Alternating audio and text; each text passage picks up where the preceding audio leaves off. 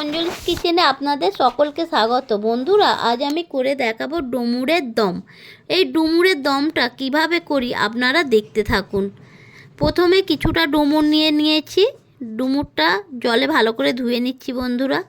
তারপরে একটা থালা নিয়ে বটিতে করে ডুমুরগুলোকে কেটে বেছে নিচ্ছি বন্ধুরা। ওই যে ডুমুরের ভেতরে যে দানাগুলো থাকে না, ছুরির ডগা দিয়ে ভালো করে বের করে নিয়েছি।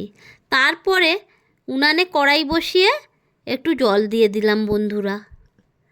ওই জলের মধ্যে এবারে যে ডুমুরগুলো কেটে বেছে রেখেছিলাম, ডুমুরগুলো ছেড়ে দিলাম ভাপানোর জন্য। তারপরে ভাপানো হয়ে যেতে উনানে কড়াই বসিয়ে তাতে সরিষার তেল দিলাম, গোটা জিরে দিলাম। তারপরে আলুগুলো এইভাবে ভেজে নিচ্ছি বন্ধুরা। আলু ভাজা হয়ে গেল, আবারও উনানে কড়াই বসিয়ে সরিষার তেল দিলাম, গোটা জিরের ফোড়ন দিলাম। দিয়ে এবার এর মধ্যে যে ডুমুরগুলো ভাপানো ডুমুরগুলো ভাপিয়ে রেখেছিলাম বন্ধুরা, ওই ডুমুরগুলো তেলের মধ্যে দিয়ে দিলাম ভাজার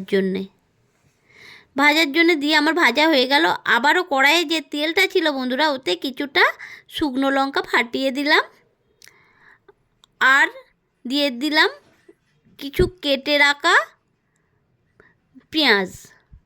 পেঁয়াজটা দিয়ে পরিমাণ মতো লবণ দিয়ে দিলাম। তারপরে এবারে হলুদ গুঁড়ো পরিমাণ মতো দিয়ে বন্ধুরা খুন্তি দিয়ে ভালো করে নাড়াচাড়া করে দিলাম। এরপরে দিয়ে দিলাম আদা রসুন বাটাটা দিয়ে ভালো করে কষিয়ে নিচ্ছি বন্ধুরা। দেখুন বন্ধুরা, কষাতে কষাতে একটু তেল ছেড়ে দিয়েছে। এরপরে দিয়ে দিলাম শুকনো লঙ্কা গুঁড়োটা দিয়ে আবারও কষাতে থাকছি বন্ধুরা। এরপরে দিয়ে দিলাম ওই যে ডুমুরটা ভেজে রেখেছিলাম, ডুমুরটা দিয়ে দিলাম মশলার মধ্যে। ডুমুরটা দিয়ে আবারও নাড়াচাড়া করে দিচ্ছি বন্ধুরা। এরপরে দিয়ে দিলাম আলুটা ভেজে রেখেছিলাম লাল লাল করে, ওই আলু ভাজাটা ডুমুরের সাথে দিয়ে দিলাম।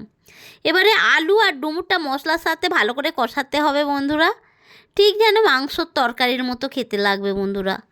এই কষানো হয়ে গেল, তারপরে দিয়ে দিলাম গরম জল দিয়ে তারপরে নাড়াচাড়া করে ফুটে উঠলো, দিয়ে দিলাম গরম মশলা দিয়ে খুন্তি দিয়ে ভালো করে নাড়াচাড়া করে দিলাম বন্ধুরা। আমার রেডি হয়ে গেল ডুমুরের দম। এটা খুব সুস্বাদু বন্ধুরা, আপনারা একবার এইভাবে বানিয়ে করে খেয়ে দেখবেন কতটা ভালো লাগে। কেমন?